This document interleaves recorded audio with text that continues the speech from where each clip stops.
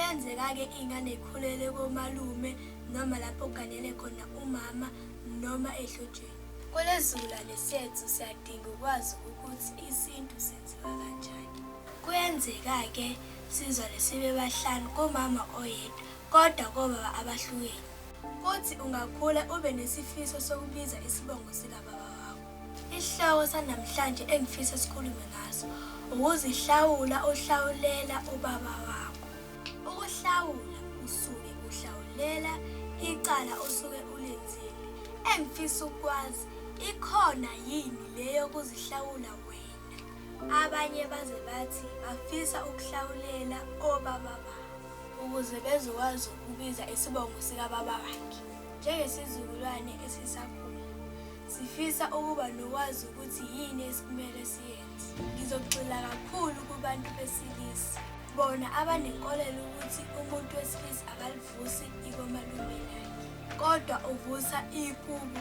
Kubalulekile yini ukuthi ngihambe ngiyofuna ubaba ongenzanga lutho ekhaya komalume? Ngithathe yona imali le engiyiphiwe idlozi lalapha ekhaya, ngithi ngifuna ukuhlawulela ubaba.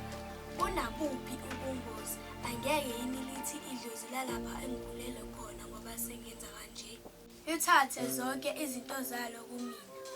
Uma ngifika ngale esibongweni sikababa, zifike izinto zami zingahambi kahle. Kube nzima ukuthi ngibuyele komalume ngiyocela ukuthi babuyisele inhlanhla yami. Khumbula mbukeli ukuthi ngithe ekuqaleni kuyenzeka ingane ikhulele lapha ekuganele khona umama ikomalume noma isezihlotsheni.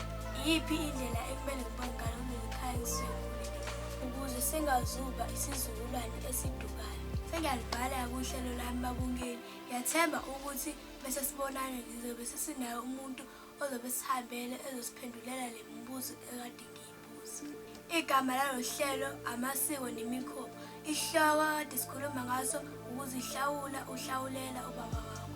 Siyacela ukuthi abantu basilandele kwipage lethu la ku-Facebook amasiko nemikhuba. Seyiphuma kanjalo-ke intokazi yakho Kholondi inomkapazi Cibwa Soso ezawumashanda uMamthiya uMambatha uNdabezitha.